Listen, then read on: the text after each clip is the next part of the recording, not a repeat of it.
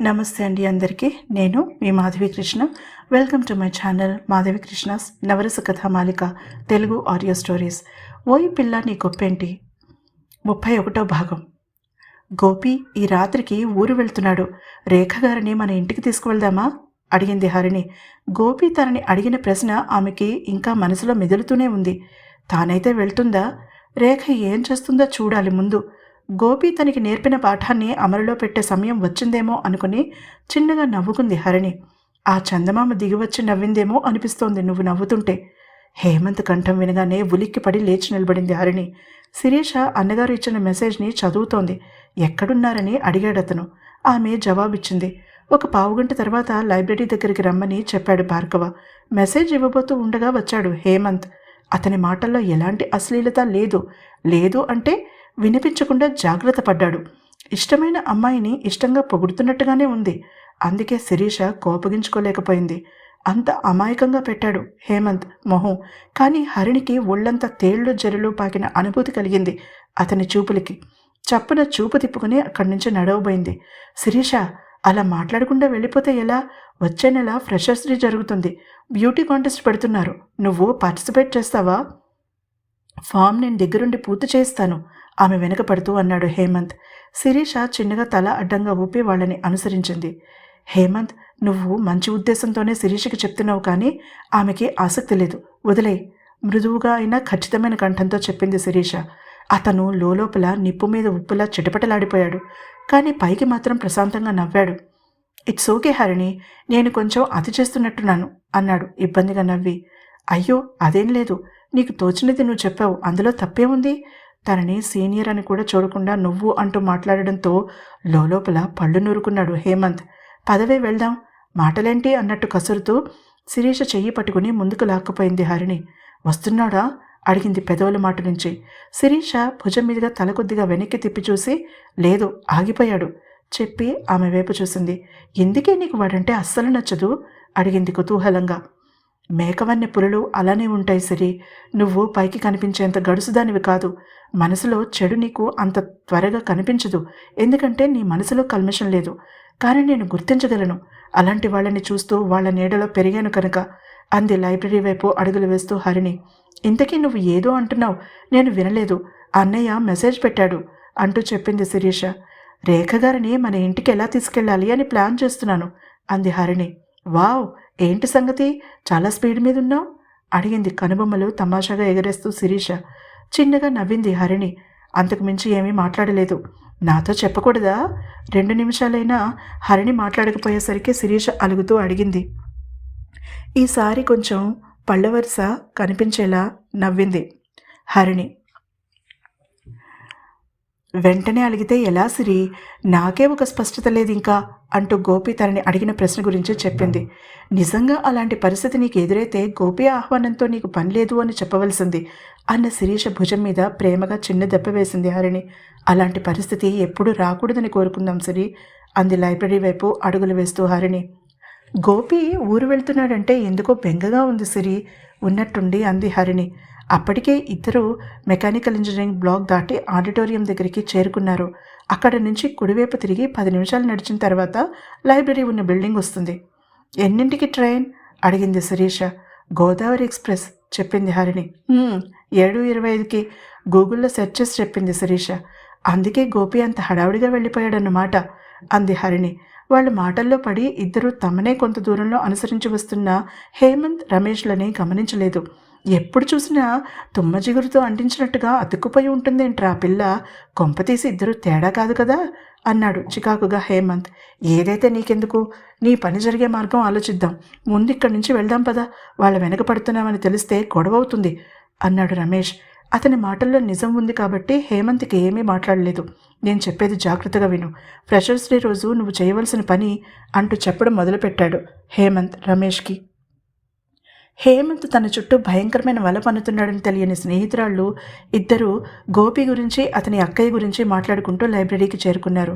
వాళ్ళిద్దరూ గుసగుసలాడుకుంటూ లోపలికి రావడం చూసి భాగ్యరేఖ చిన్నగా కంఠం సవరించుకుని కళ్ళతోనే సైగ చేసింది మాట్లాడకూడదు అన్నట్టుగా. ఇద్దరూ నవ్వుకుంటూ ఆమె దగ్గరికి నడిచారు. వెళ్ళేప్పుడు అందరం కలిసి వెళ్దాం, మిమ్మల్ని ఇంటి దగ్గర దింపి మేము వెళ్తాం అంది శిరీష. నేను కొంచెం త్వరగా వెళ్ళాలి వాచ్ చూసుకుంటూ చెప్పింది రేఖ. తెలుసు మేడం, అందుకే మేము దింపుతామని చెప్తున్నా. ఆటో పట్టుకుని ఇంటికి వెళ్ళేసరికి లేట్ అవుతుంది. మేము దింపితే గోపితో మరొక పావుగంట ఎక్కువసేపు గడపచ్చు చెప్పింది హరిణి ఉత్సాహంగా. ఆలోచనలో పడిపోయింది భాగ్యరేఖ. హరిణి చెప్పిన దానిలో పాయింట్ ఉందనిపించడంతో ఆమె చిన్నగా నవ్వింది. అయితే నేను అన్నయ్యకి కాల్ చేసి డైరెక్ట్గా పార్కింగ్ దగ్గరికి వచ్చేయమని చెప్తాను అంటూ హరిణి లైబ్రరీ బయటికి పరుగు తీసింది. శిరీష చిన్నగా నవ్వుకుంది. 10 నిమిషాల తర్వాత ముగ్గురు బయలుదేరారు. వాళ్ళు కార్ పార్కింగ్ దగ్గరికి వచ్చేసరికి భార్గవ్ అక్కడ నిలబడి ఉన్నాడు. కార్ తలుపు కానుకుని నిలబడి సీరియస్గా పుస్తకం చదవడంలో లీనమైపోయాడు. అతను తన వైపు చూడడం లేదన్న ధైర్యంతో రేఖ అంత దూరం నుంచి అతని వైపు చూస్తూ అడుగులు వేస్తోంది. ఉన్నట్టుండి హఠాత్తుగా అతను తలపైకెత్తి ఆమె కళ్ళలోకి సూటిగా చూసేసరికి తడబడిపోయింది రేఖ. తల తిప్పుకోవాలని అనుకున్నా తిప్పుకోలేకపోయింది. అందమైన నవ్వు అతని పెదవుల మీద ప్రత్యక్షమైంది. చాలాసేపు అయిందా వచ్చి దగ్గరికి వచ్చాక అడిగింది నవ్వుతూ.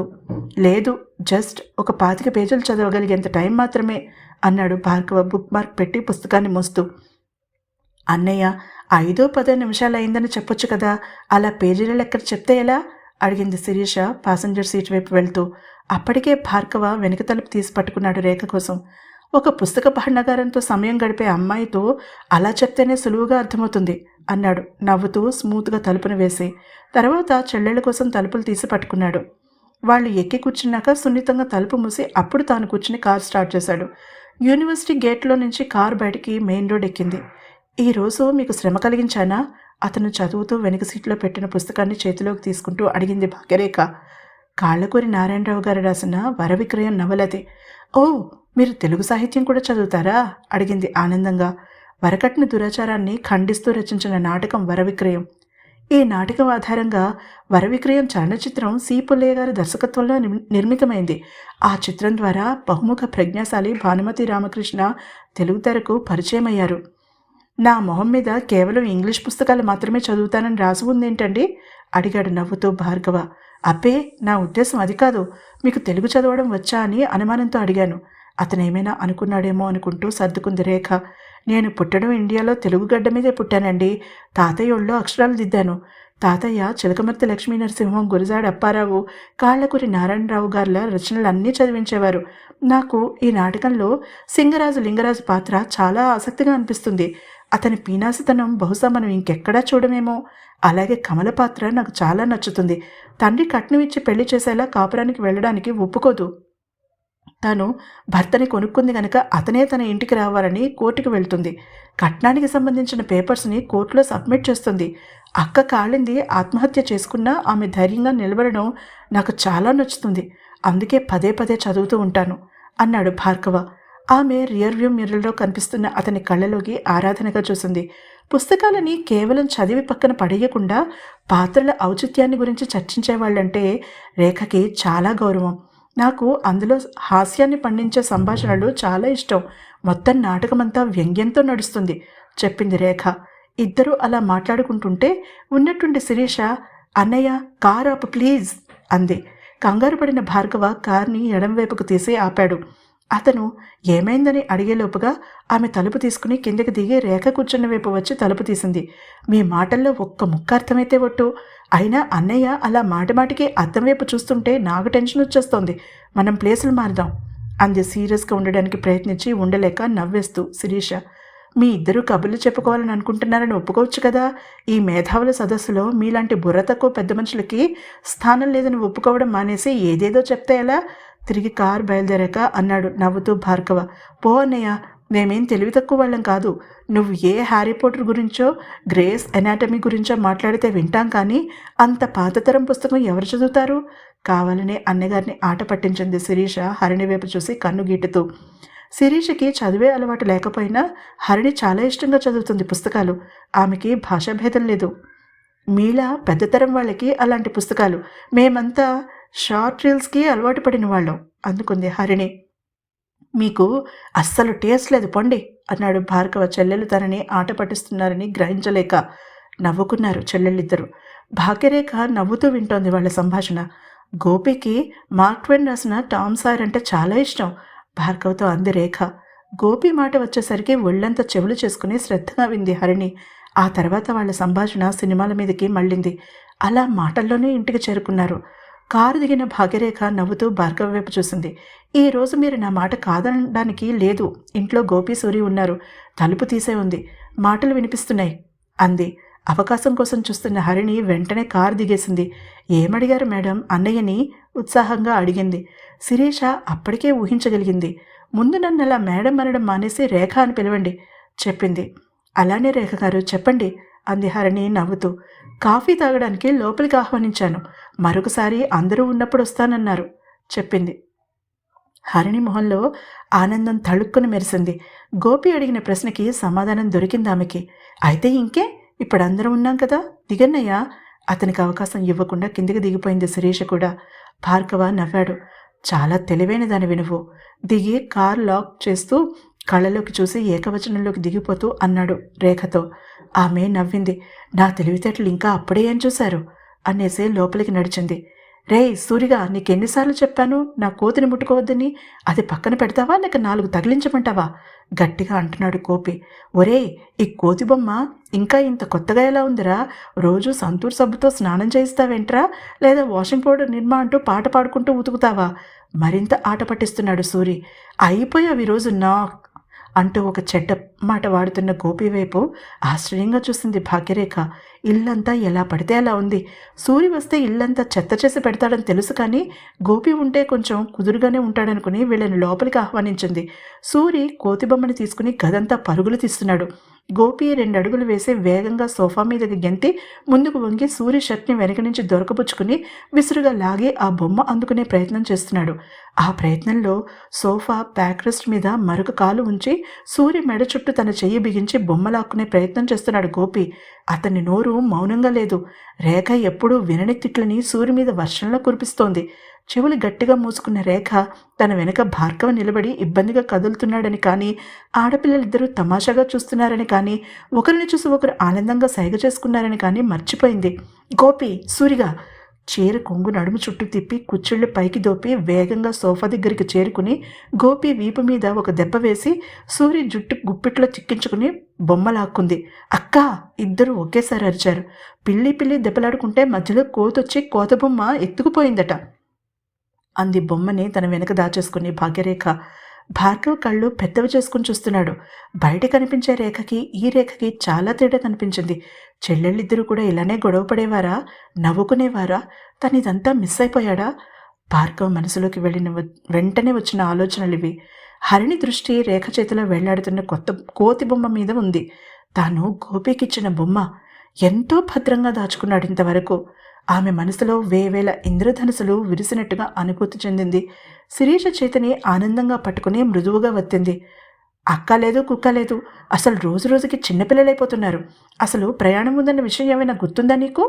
కోపంగా అడిగింది తమ్ముడి వైపు సీరియస్గా చూసి రేఖ. తలొంచుకున్నాడు గోపి. ఆశ్చర్యంగా చూశారు ప్రేక్షకులు ముగ్గురు. సూరిగాడే అక్క తలొంచుకుని అన్నాడు గోపి.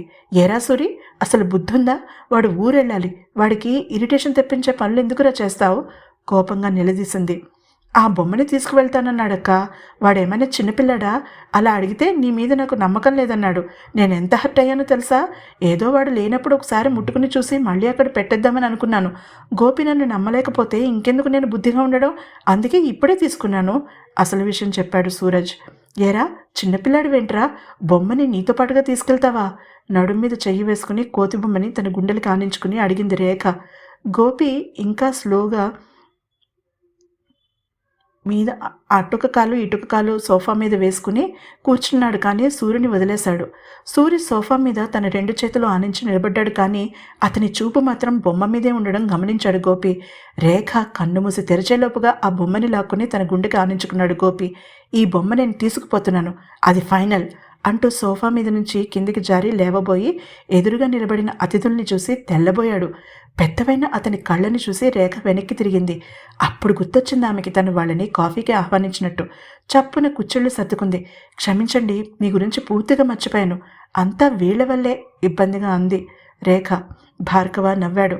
ఏం పర్వాలేదు, నువ్వు ఇంటికి రాగానే కోతిగా మారిపోతావని, వాళ్ళిద్దరూ పిల్లుల్లా కొట్టుకుంటారని తెలిసింది అన్నాడు చిలిపిగా నవ్వుతూ. భాగ్యరేఖ మొహం ఎర్రబడింది. గోపి లేచి నిలబడ్డాడు, కానీ ఏమీ మాట్లాడలేదు. హరిణి వైపు చూశాడు. ఆమె కింది పెదవిని మునిపంట అదిమి పెట్టి నవ్వు ఆపుకుంటోంది. శిరీష అయితే నవ్వును దాచిపెట్టుకునే ప్రయత్నమే చేయలేదు అసలు. ముందుగా తేరుకున్నది సూరి. గోపి, వెళ్ళి బట్టలు సర్దుకో హెచ్చరించాడు. ఉలిక్కిపడి కలలో నడుస్తున్నవాడిలా తన గదిలోకి వెళ్ళిపోయాడు. మీరు కూర్చోండి, సోఫాలో ఖాళీ ప్లేస్ చూసుకుని, ప్లీజ్ మర్యాదగా చెప్పి రేఖ భుజం చిన్నగా తట్టాడు సూరజ్. ప్లీజ్ కూర్చోండి చెప్పి వంటగదిలోకి పరుగు తీసింది రేఖ. హరిణి శిరీషకి సైగ చేసి తను కూడా వంటగదిలోకి నడిచింది. శిరీష, భార్గవ కూర్చున్నారు. సూరజ్ గబగబా అక్కడ చిందరవందరగా పడి ఉన్న బట్టలను ఏరి గోపి గదిలో మంచం మీద పడేసి వచ్చాడు. 2 నిమిషాల తర్వాత బయటకొచ్చాడు గోపి. బట్టలు సర్దుకున్నావా అడిగాడు భార్గవ. సర్దుకున్నానంటగా తల ఊపాడు గోపి. కోతిబొమ్మ మర్చిపోలేదు కదా నవ్వుతూ అడిగాడు భార్గవ. ముందు తెల్లబోయిన గోపి తర్వాత నవ్వేశాడు. హఠాత్తుగా వాళ్ల మధ్య ఉన్న ఇబ్బంది మాయమై స్నేహపూరితమైన వాతావరణం నెలకొంది. లోపల రేఖ కాఫీలు కలుపుతుంటే హరిణి ఆసక్తిగా చుట్టూ చూస్తూ నిలబడింది. జామ చెట్టు చూడాలనుందా ఆమె మనసు గ్రహించిన రేఖ అడిగింది. ఉత్సాహంగా తల నిలువుగా ఊపింది హరిణి. ఆ తలుపు తీసుకుని పెరట్లోకెళ్ళు చెప్పింది నవ్వుతూ రేఖ. హరిణి ఆమె చెప్పినట్టుగా చేసి బయటకు అడుగుపెట్టి ఎదురుగా కనిపించిన జామ చెట్టు దగ్గరికి పరుగు తీసి ఆత్మీయురాలని చూసినట్టుగా సంతోషంగా గాఢంగా కౌగిలించుకుంది. విస్తరించిన కొమ్మలకి జామ పిందెలు వేళ్లాడుతున్నాయి. 4-5 చిలుకలు చెట్టు కొమ్మల మీద వాలి ఉన్నాయి. ఎంత ముద్దొస్తున్నాయో అవి. ఆమె తలపైకెత్తి చూసింది. ఒక కొమ్మకి చేతికి అందేలా ఉన్న దూర జామకాయని అందుకోవాలని ప్రయత్నించింది. మునివేళ్ల మీద నిలబడినా ఆమెకి అందలేదు. ఆమె ఎగిరే ప్రయత్నం చేసింది, కానీ అది ఆమెని అల్లరి పెడుతున్నట్టుగా అటూ ఇటూ కదిలి ఆమె బ్యాలెన్స్ తప్పి పక్కకి తూలేలా చేసింది. బలమైన చేతులు ఆమెను చుట్టుకుని పడిపోకుండా ఆపై ఆమె తన బరువుని పూర్తిగా తనని పట్టుకున్న వ్యక్తిపై ఆనించి తన చేతులని అతని చేతుల మీద వేసింది. ముందు వెనుక చూసుకోకుండా అలా చెట్టుకాయలు కోస్తే ఎలా? ఆమె చెవి దగ్గర వినిపించింది గోపి కంఠం. ఆమె అతని ఛాతికి ఆనుకుని నిలబడి కళ్ళు మూసుకుంది. అతని స్పర్శ ఆమె అణువణువుని ఉత్తేజపరుస్తుంటే గుండె వేగం హెచ్చి ఆమె చిన్నగా వణికింది. అతను ఆమెని మరింత దగ్గరికి లాక్కోవాలని అనుకున్నాడు, కానీ సంస్కారం ఆపేసింది. మెల్లగా ఆమెకి దూరం జరిగాడు. శిరీష మృదువుగా పిలిచేసరికి ఆమెని ఆవరించుకున్న మత్తు మొత్తం ఆవిరైపోయి ఒంటి మీదకి స్పృహ వచ్చింది. నోరంతా చేదు తిన్నట్టుగా తయారైంది అతను తనని అలా పిలవగానే. తర్వాత ఏం జరిగిందో తెలుసుకోవాలంటే తప్పకుండా తర్వాత ఎపిసోడ్ని వినండి. హేమంత్ ఏం ప్లాన్ చేశాడు?